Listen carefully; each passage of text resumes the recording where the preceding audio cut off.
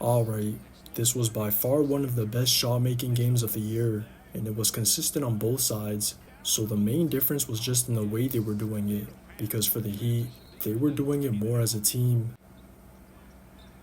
As expected, they were playing with a lot of pace, so a lot of the times, they were able to catch the Knicks' defense not being set, and those were leading to either a quick bucket or whistle.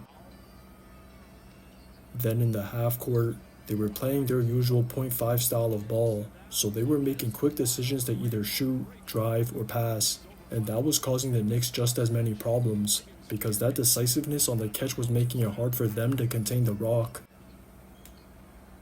Even when they were able to at times, they still burned for it, and whenever they were in help, it was just creating driving lanes to attack, or shots to pull, because the Heat exploit any gaps, so they're always in a drive and kick mindset.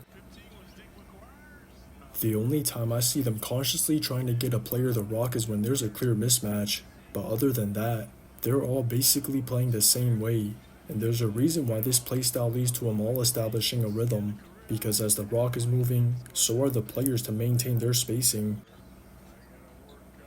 The main beneficiaries of the system are obviously Jaime, Norman, and Tyler when he's healthy, because those three are their most skilled players off the dribble. But even Davion is able to show off his dimes off his paint touches, and Ware is able to show off his shooting. As a stretch big, he provides more spacing, because he's able to drag Carl or Mitch Rob out of the paint, and if they do cheat off his body, he doesn't hesitate to pull, so he basically creates a lose-lose scenario.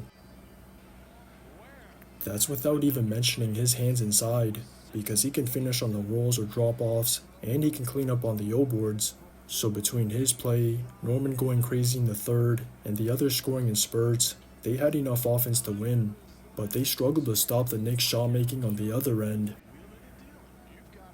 If anything, I thought the Heat played the better game, because even on defense, they made the Knicks work for their buckets, and they made ridiculous shots, so it was just one of those good D better O performances, especially from Brunson.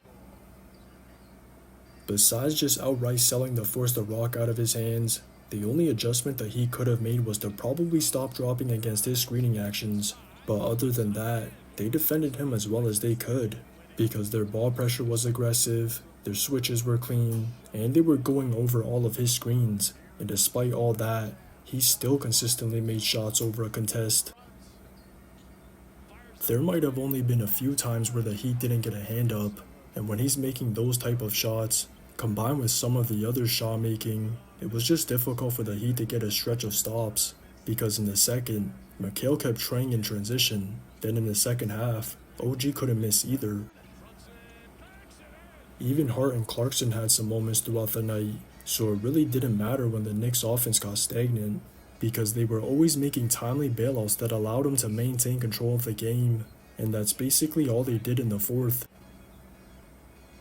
Once the game slowed down that quarter, that was really the one advantage they had, because I don't know who the Heat's closer is without Tyler, so I was seeing Bam get aggressive, and them trying to keep up their pace, but they just couldn't score enough to keep up with the Knicks, and them obviously having Brunson.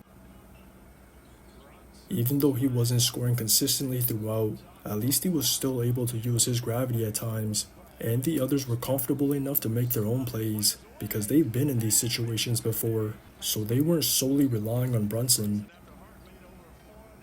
That's probably the one area that could be a problem for the Heat, especially in the playoffs, because as seen in this game, it's easy to get a bucket when there's a flow, but when it slows down, who's going to be the one to get a bucket then? And the Knicks showed star power can still outshine team play. Just watch the tape. Brunson fires and rattles it in! Oh, what a play from Brunson!